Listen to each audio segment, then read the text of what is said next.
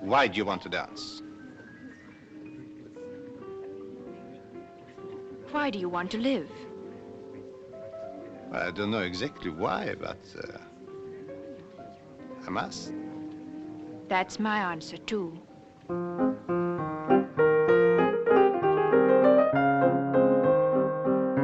I'd say it's probably one of the best ballet films that's been done, and that it would give you the same sort of magic as seeing a live performance. Ballet doesn't come across very well on screen, on TV or in films, and to see something like that is just as good as seeing it live. You know, I thought, wow, that's brilliant. God, you know, if you can do those sort of things, you know, on film, it'd be just even more exciting, you know, on the stage.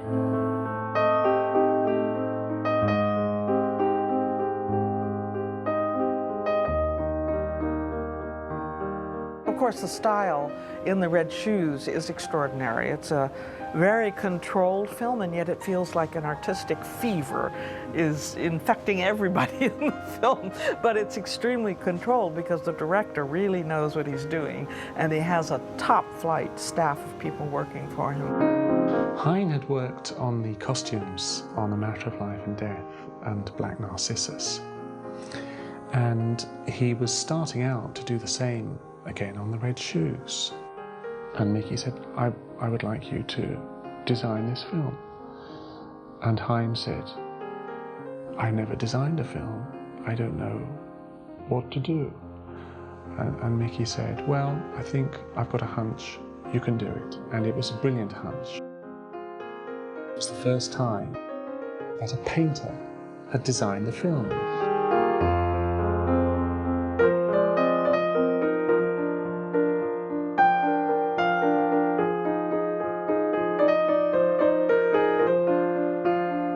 The extraordinary ballet sequence highlighted the talents of the production designer and the camera crew.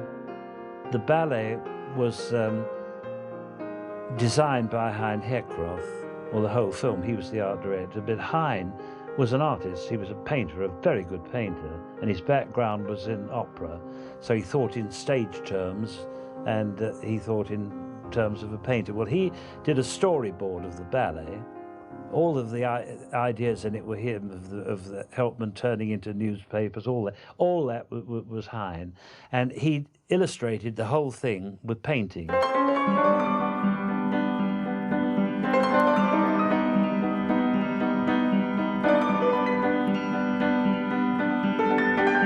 To realise Hein Heckroth's vision, experimental and silent cinema techniques were used, creating some of the film's most memorable and magical moments. We had to find ways of doing these effects in the camera, and we in fact did. I mean, I mean, for instance, the newspaper that turns into Robert Helpman. We had to find a way of slowing the camera during shooting from normal speed right down to sort of 2 or 3 frames a second, and then speeding up again and then going faster.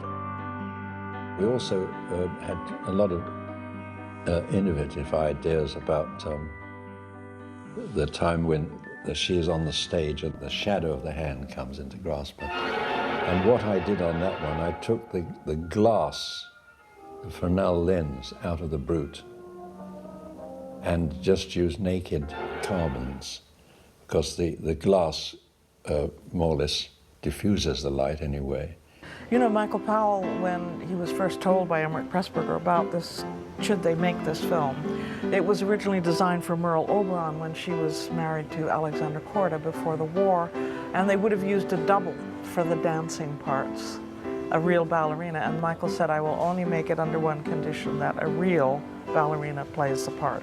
And so he began looking for the person, and Stuart Granger actually recommended Moira. And of course, she was not only a wonderful dancer, but beautiful. And with that flaming red hair and her coloring, she was perfect for Technicolor. She couldn't have known what she was letting herself in for. You see this button? Yes. Well, follow it!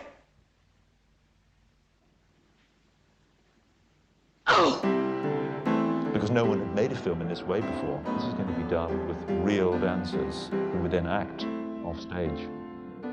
And this was a revolutionary idea.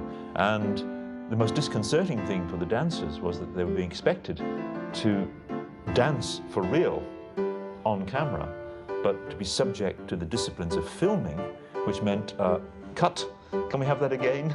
Cut, can we have that again?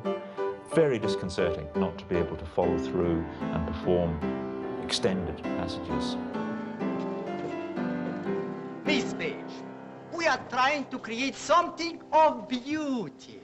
Might I suggest that while you continue to wave your arms like a scarecrow and bend your knees like an old cart horse, we are unlikely to succeed. It's unbelievable, but it happened that when the film was finished, it was shown to J. Arthur Rank and his assistants. Michael wasn't present, but Emmerich was, and they saw the film through, and when the lights went up at the end, it was customary. I mean, even if they didn't like it, you know, they would say, very interesting or something. They'd say something. On this occasion, they rose, they got up and they walked straight out, not even looking at Emmerich, went straight out without saying a word.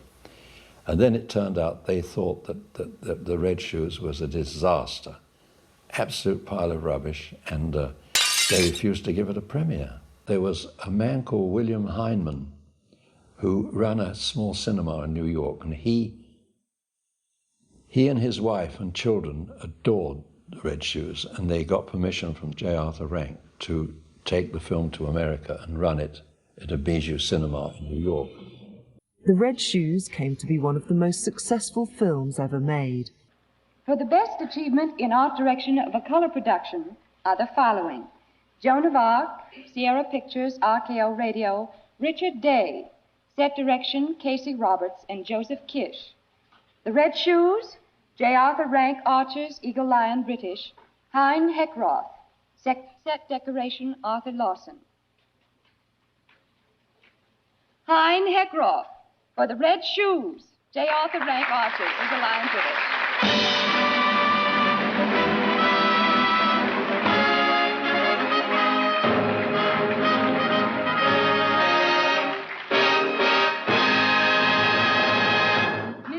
Hayward will accept the award for the winner.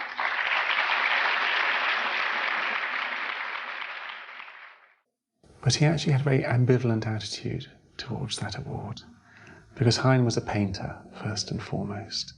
He's never fitted easily into historical categories for artists, because he's worked in the theatre, in the opera, in cinema, but he always considered himself as a painter. The moment I remember vividly is when the ballet first starts, the Red Shoes, when the production starts, and she comes across the Red Shoes and she somehow slips into them, onto point straight away. And without even touching them, they do themselves up. And I always think that was just fabulous, because it was like they had a life of their own.